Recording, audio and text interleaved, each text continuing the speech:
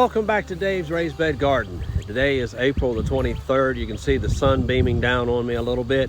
It's a little bit before 6 p.m. I'm out here on Saturday.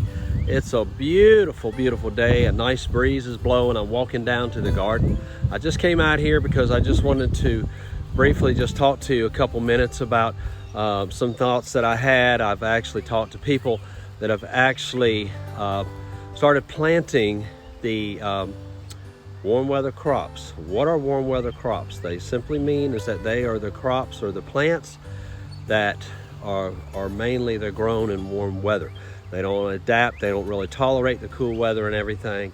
And so that's what I want to talk to you about. And I want to talk to you about a subject or a little item that you do with planting, and especially if you're doing seedlings, meaning that you have started growing seeds indoor, whether it's a greenhouse or indoor, maybe under some grow lights and everything, that you've started that and it's actually formed now and it's germinated and it's actually become a plant. And what I'm talking about is what we call plant hardening. And what is plant hardening? Basically, it is what it sounds like, is that it's a way that you want to mature, to harden that plant to get ready for the outside environment, because we're creatures of habit. And that being said is that I like my house a certain temperature and so forth. And when I have if I was to start seeds indoors and everything, it would be in a controlled setting, meaning that I would water it certain times a day. I would give it the light that it needs for the grow lights and such, or in front of a window certain times of the day.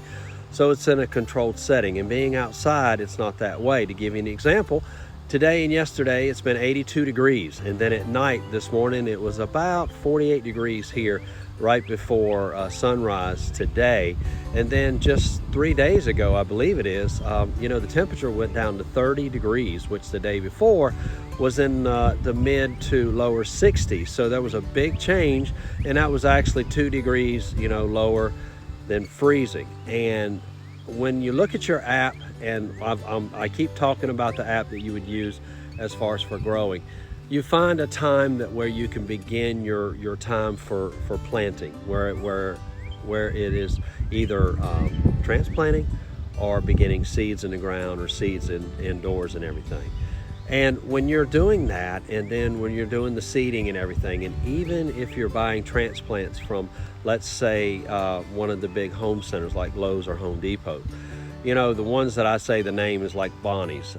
There are a well-known nursery that these big home centers buy from and everything, and you can go in there and buy those plants, whether it be squash or green peppers and such, and then you can plant those. But not to know exactly unless you ask. And I haven't checked it yet, but I'm wondering if maybe you can actually go on a Bonnie's on their website and actually see if that's been asked by that. Do they harden those plants or get them matured or to the weather, to the atmosphere, before they actually sell to the local home centers? Now, I know the local nursery that I do, they do this, and they start in a greenhouse, and then they slowly bring them out, and then when they're ready and they feel like it's time, they'll put them out. But even at that, when I buy from like Mitchell's Nursery in King, I still go through the process. I want to harden those plants, getting them ready to put in the bed, and to be able to, so they'll start growing and everything. So I even do that. But when you're hardening a plant, the thing that you want to realize is that you want to be able to bring it to the environment that it's going to be planted at, little by little each day. One of the simplest thing is that, like for an example, if I had a new seedling that had germinated, it had broken through the ground, and I had a nice little plant, maybe 2 to 3 inches tall, and I felt like that it was time to put it in the ground, what I would do is I would bring it outside a little bit each day, up to 2 weeks, especially if one that I had started with seed. And I would mature it and try to get it used to the environment around it. Because, like I said, we can't control the rain outside. We can control the watering inside. So I've got to be able to allow the plant to go through the process of the temperature changes and so forth. And then even at that, in a controlled setting is that if it got too cold, of course, I can take it inside. Once you get it planted in the bed, you can't do that unless you cover it up with some type of cloth to protect it and so forth. So you always want to look ahead at the weather. You always want to look ahead based on what your planting guide is and everything. but you want to be able to harden those plants to get them ready. And so, like I said, on the first day, you may do it for like 2 hours.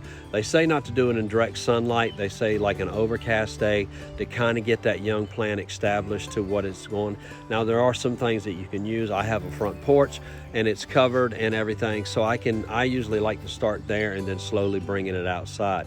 But those are some of the ideas that you can do with it. So trying to find and trying to do exactly what you're doing as far as hardening those plants, I feel like it's very, very important. Now, let me share this with you. I know that I've talked to some people that already have planted these warm weather plants in the ground.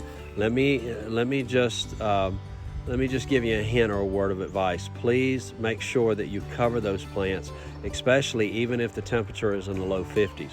Because, you know, some people will say mine do well if I do that, and they may. The problem is that if the temperature was to get down, let's say like 50 degrees, well, before the dawn, you know, it always is the coldest, and it could get in the 40s and even cooler than that, and you not know it. And then what you can do is stunt that plant. And even so, what I think is that if I was going to go ahead and have them in the ground, I would keep an eye on the weather and then do it and then cover it up. The other thing is like I shared in my last video, is that to get you a meat thermometer and check the soil temperature. I will actually do that in the morning. I want to see what the temperatures are, and I want to compare that and to kind of get an idea where the temperature is at 6 o'clock or 6:30 in the morning and such. And I want to get an idea to where I'm at, especially at this time. It may be 82 degrees, and I've looked forward and I've looked ahead, and it's supposed to be like 52 or 53 degrees. But where, you know, that's an overall, and it could be a lot cooler here. But it's important for me to be able to establish and to get those plants ready for planting and ready that if I do that and I do those little steps, what it's going to do is that I believe that it's going to just make my harvest and my season much, much better. And if I go out there and when you stun a plant, you're not killing it, but what you're doing is you're slowing down the process. And that's being said is that you can also slow down the process to where you might not get as much produce or fruit as you would if you had done it the way, as far as, you know, bringing it out and letting it get adjusted to the temperature and to the weather and everything. So I hope this little video is something that you could use and everything, and it's for hardening those plants. And I encourage you, if I buy a plant from Home Depot or Lowe's, I don't put it right in the ground that day. What I do is I bring it home, I let it sit, I water it, I bring it in and out. I might only do it a couple days, or I might do it longer, especially if that plant is very, very small and very, very young in that little, you know, the little pot that I have. So I want to make sure to get the maturity of it and to make sure it's done. So I still go through that process. I want to bring it into it easy and then let it go. But like I said, for this year, I'm actually not going to start planting the transplant until after the 1st of May. I've had a lot of problems in the past couple of years. You know, last year I lost some of them. The year before I lost everything because I was impatient. I saw the time. I said, oh boy, I can go down. I went down there and I bought a whole lot of plants, and I came home and put them in the ground. And then what happened? About 3 or 4 days later, we had a freeze, and it killed everything, and it wiped everything out. Even though I was trying to cover it up, and my immaturity was that I figured, okay, what I would do is I would get some clear plastic, some heavy 6-ply plastic, it's heavier, and cover everything up. And I put little stakes or little tomato stakes or in each bed, and I covered it up. But guess what happened? The next day is that I had the right thought in mind, that what I did was covering it up like it is right now with the sun shining.